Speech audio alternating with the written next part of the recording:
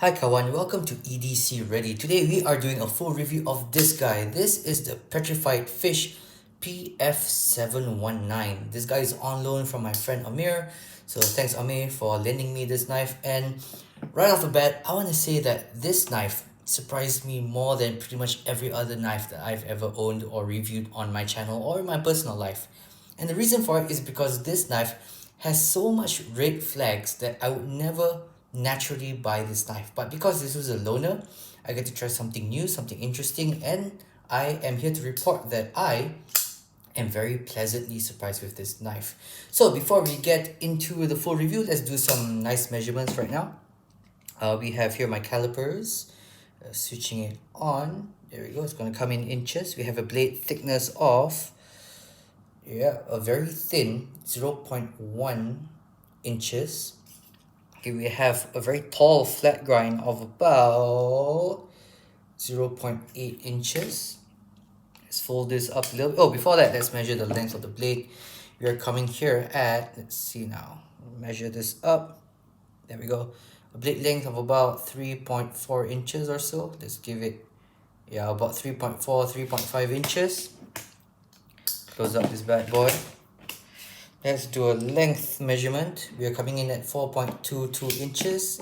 And then, of course, we have a thickness of 0.49 inches. So slightly thinner than the Para 3 lightweight. And then we have a total in the pocket width of 1.07 inches. So very, very nice. A lot of knives can be comparable with this. You have this guy, another Chinese made knife, and all my Chinese made knives are somewhere else. I have a Gonzo here, which is like my favorite knife below $20 is this guy right now. And without further ado, let's get into the review, starting with this amazing blade. This blade is made out of a Sandvik, you can see there, let's flip it around, a Sandvik 12C27. This is very much a budget steel. Nothing really to talk about. I, in my personal life, don't really see a difference between this and 8CR13 MOV. They tend to perform very similarly. If you ask Nick Shabazz, 12C27 performs just a little bit better in edge retention, but for all intents and purposes, they function the same for my everyday life. We have here a nice sheep's foot blade, and I love this blade shape. We have a lot of flat, a little bit of belly, and a nice tip that is really, really thin. I mean, just compare this to the pyrite. There we go. It really is almost as thin, if not slightly thinner than the pyrite, which is in itself a great slicer. Okay, and then this kind of blade shape I love because you can do these kind of pull cuts, and these kind of pull cuts are my favorite kind of cuts. Very, very nice. If you just have a sheet of paper that you put there, you can just pull and then you can get the cut, and then that's just a very nice way to cut something. It's also is also a full flat grind, so that thin blade stock that starts off at 0.1 inches gets to a nice keen edge. This is a very sharp knife out of the box, and it just makes this guy a real slicing dream. Nice blade length of this guy, a little bit longer than pyrite. Pyrite's coming in at about 3.1 inches. This guy's coming at about 3.4, 3.5, so quite a bit more edge length on that one. Let's try something else. Let's compare it to a really much more expensive knife than this guy. Okay, let's take it out. We have here one of my first ever grill knives, the ZT0450CF, which has a 3.25 inch blade similar to the bug out, and this guy is ever so slightly longer when you line it up pivot to pivot. Or just about the same. Okay, and one thing I forgot to measure is actually the weight of the knife. Very, very important. Here we go. Come on. So we are coming in at 2.3 ounces. So definitely less than an ounce an inch, which is a measurement that a lot of people use and a lot of people enjoy. But there you go. Moving back a little bit, you have a very nice sharpening trowel here. It completely passes the plunge grind. So you have this very nice sharpening trowel that doesn't have that little ski jump that you have on a lot of knives. So a lot of knives, they kind of get this wrong. It's either they didn't cut this sharpening trowel out enough, or they didn't sharpen this enough, where there's a little smile, there's a little jump that comes off here. This guy, nice and flat all the way to the end, all the way to the heel, and actually is a quite nice and pointy heel back here. Yeah. Now, this is quite small. You're never going to get anything in here. Maybe a wire, you could technically, if you try, use this as a wire stripper, but I wouldn't suggest that, but you could because of how small it is. But it does its job really, really nicely. Top of the blade, there's nothing here. No jimping, completely smooth, coupled with a satin ground. This guy comes out really smooth here at the top. Edges that have been knocked down a little bit. It's not as sharp as like say a pair of three. Sometimes the Spyderco satin ground knives at the top here, they tend to get really sharp around the corners. This guy, I'm not sure what they did. I'm not sure if they rounded it off, but it does feel a little bit softer than what you get out of Spyderco knives. Now comes one of the first red flags, not really a red flag, it's a feature that I don't really particularly appreciate in pocket knives, which is this is only a one-sided thumb stud knife, kind of like the small Sebenza or the Sebenza where you only have thumb studs on one side. This means you can only actuate it from using your thumb, or in reverse flick situations you can only access it from one side. Now I am a fidget snob. Some of my favorite knives are, well, let's just say extremely fidgety, like this guy right here, and then you can even use the button to flick it out. But this guy, you're only gonna be able to flip this out for one side. However, the amazing detent does make this a little bit better, but we'll talk a little bit more about that in a little bit. Okay, another thing, if you go back a little bit more, you can kind of see that on the back side here, you have a weird font. This is not a font that I see very often, but it's a nice step away from the regular boring Arial font. But this is a nice, like, slightly cursive, italicized little knife right here. And for the budget, this is really nice. I believe this is running at about 35 to 40 USD from where I've seen them. I don't know if you can find them anywhere cheaper, but around 35 to 40 USD is where you can get this guy. Okay, next up, let's go back a little bit further. Let's go into the pivot. This is a free spinning pivot. It is a T8. That is super, super unfortunate. That's another red flag for me. I do like the ability to easily take apart my knives, clean them up, put them back together when I feel the need to. It happens about once every 2 or 3 months for each knife, once every 1 or 2 months for each knife. But the fact that this is free spinning means that you need a driver on one side, a driver on another side, then you gotta rotate it around with 2 drivers. It's just a little bit more finicky, a little bit of extra work, not really necessary out there in today's modern knife making skill category right now.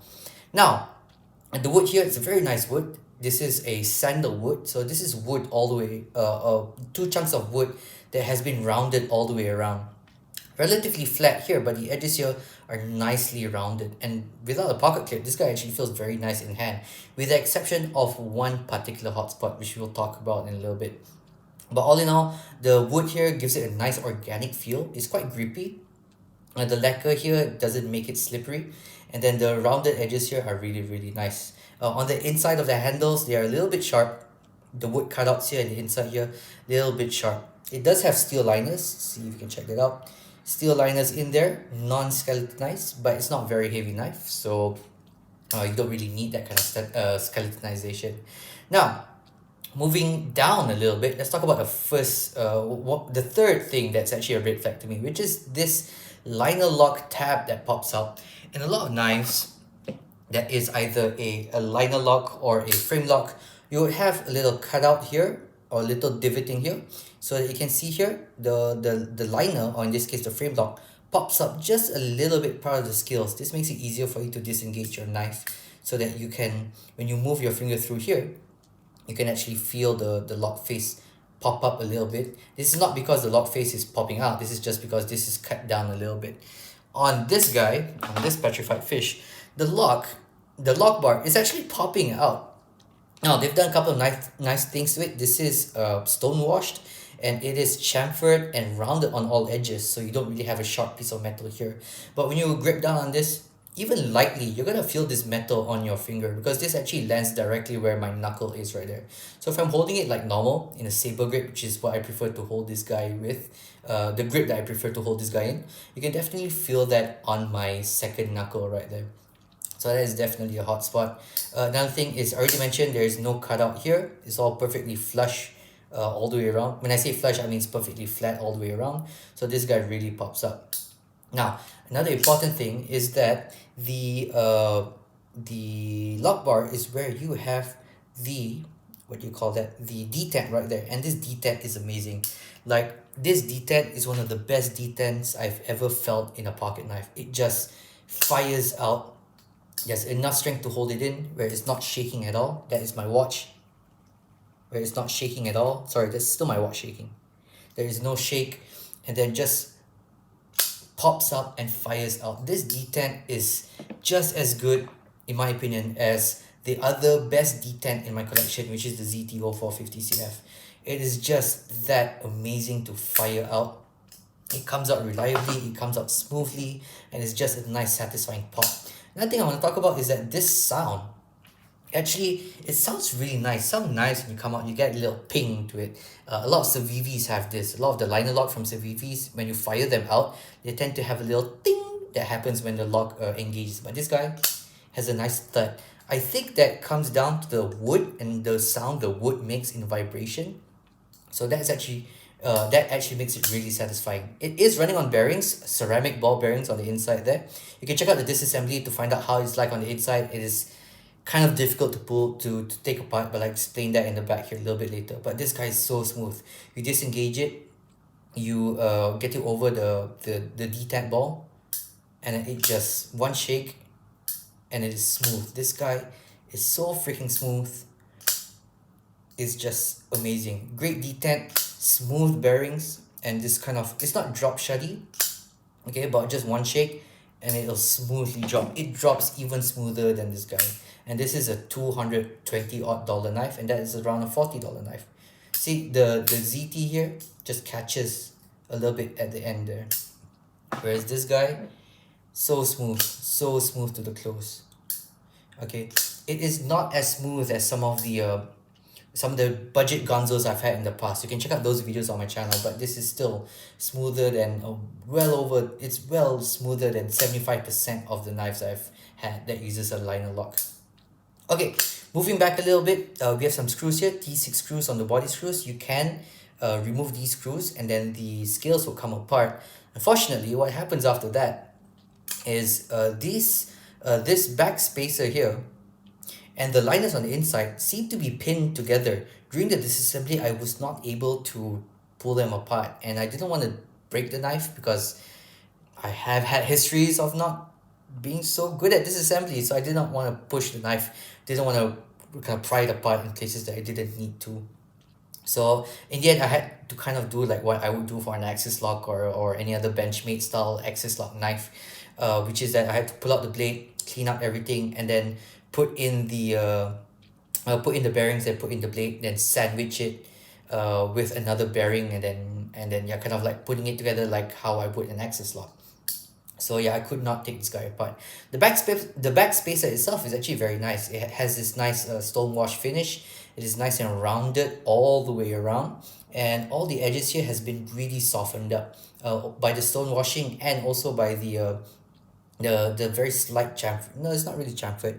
Yeah, but the rounding that you have on top here has been taken down even more by the stone wash that it went through. It also has a lanyard hole back here, which is nice if you like a lanyard. It's not something that I don't particularly enjoy myself, but if you're a lanyard guy, you're gonna like this guy. Now, the last red flag I have for this knife is that it doesn't have a pocket clip. Not such a big deal if you have a slip. I normally carry this in my art company slip. But if you guys are the kind of people that like a pocket clip, well, this doesn't have any, and I don't think you can get any aftermarket pocket clips out there. So in conclusion, what do I think about this guy? This guy reminds me of a toxic relationship with someone who doesn't really do much of what you like, but the things that it does, the things that that person are, is like, it does it really, really well. And let me explain a little bit. It has an amazing blade shape. This is such a utility focused blade shape, and it's so comfortable to use that it makes up for a lot of things about the blade. Okay, it's nice and thin, great sheep's foot blade, great for pull cuts, amazing slicer, great blade. A couple of problems with it is, number one, it doesn't have, I forgot to mention this, there is no finger choil or anything that can stop your knife from your hand from sliding forward, which is always kind of like a paranoid fear of mine, which is that I'm cutting with my knife and then my hand kind of just slips forward and then it hits the blades and then it cuts myself. So that's a paranoia on my end. It is not It is not flickable from both sides. You only have one thumb stud, and other than pinching it open, your only other way to open is by popping it out. But because it is so smooth and the detent is tuned so well, that this guy is a poster child of to why having one opening method only is the best way to tune a knife. Sometimes we're kind of in this like fidget fetish knife era where a knife needs to have multiple ways to open, whether it's a thumb stud, some knives have a thumb stud and a flipper, and then some knives have a thumb stud and a flipper and a front flipper. I'm looking at you, Kaiser. And sometimes it is very difficult to tune the detent and the action for all of that. But this guy does this one singular action, this one singular opening mechanism really, really well. Great detent, super smooth bearings, and all in all, just a great sound when it locks it as well. Yeah, just like that. It does have some ergonomic problems with the like I said, no finger choil, and then with the prominent lock bar here, but the wood feels great on the hand, and it's perfectly rounded on the edges, and then you're gripping this wood, and then it's really hard but soft and smooth in your hand. And I'm gonna stop there before I get demonetized. No pocket clip, but I luckily have an art company slip that I put this guy in. If you have a leather slip, this guy will look perfect.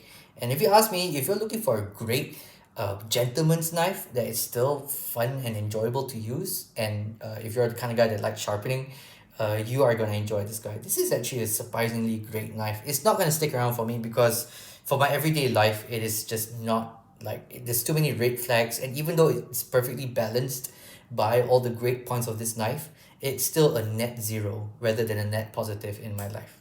Okay, thanks guys. Do check out the disassembly video, and as always, stay ready.